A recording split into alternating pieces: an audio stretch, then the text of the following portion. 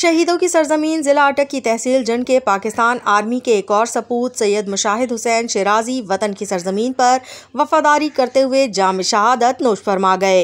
जन तफसीलात के मुताबिक जिला अटक की तहसील जंड के आर्मी सपूत सैयद मुशाहिद हुसैन शिराजी वतन अजीज़ से वफादारी का सबूत पेश करते हुए और खैबर एजेंसी में दहशतगर्दों का मुकाबला करते हुए जाम शहादत नोश करके जिनको जिला अटक की तहसील जंड में मुकम्मल फौजी एजाज़ के साथ सुपुर्द खाक कर दिया गया।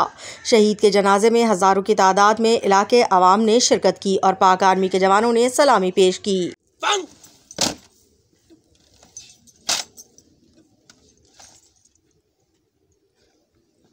Let's go!